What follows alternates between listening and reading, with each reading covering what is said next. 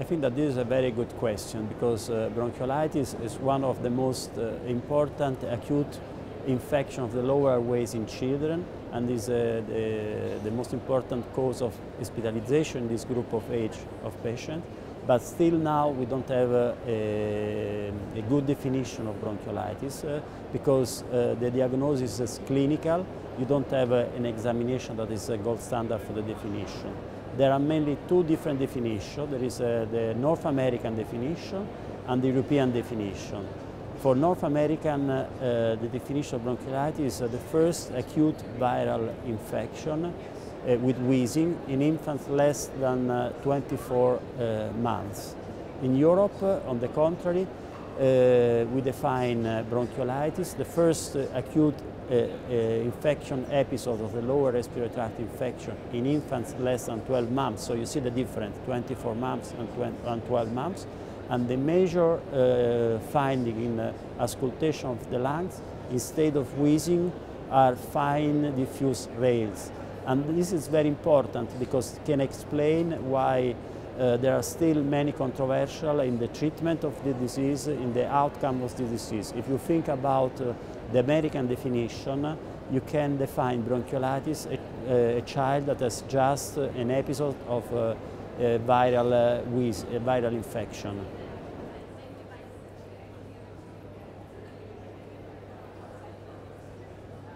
In my opinion, the upper age should be at least no more than 12 months. We think that the upper age probably should be 6 months because most of the patients that are hospitalized with severe bronchiolitis are under the age of 6 months.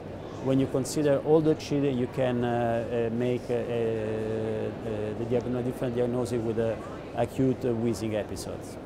And that is very important also for the treatment.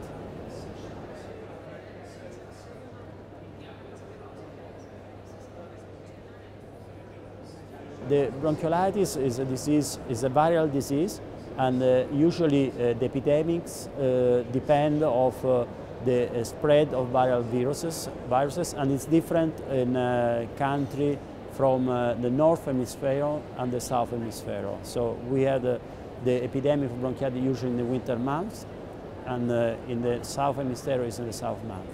We did a very good big study on the correlation between bronchiolitis hospitalization and weather condition. And what we found is that most of the kids are hospitalized during the winter months because the weather is cooler and the humidity is higher. So it's very important, humidity and temperature. It's a mix of both.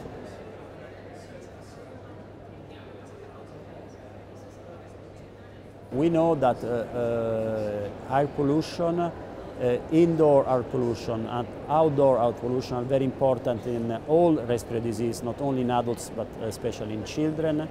And what is clear that passive smoke is the most important indoor pollution for bronchiolitis.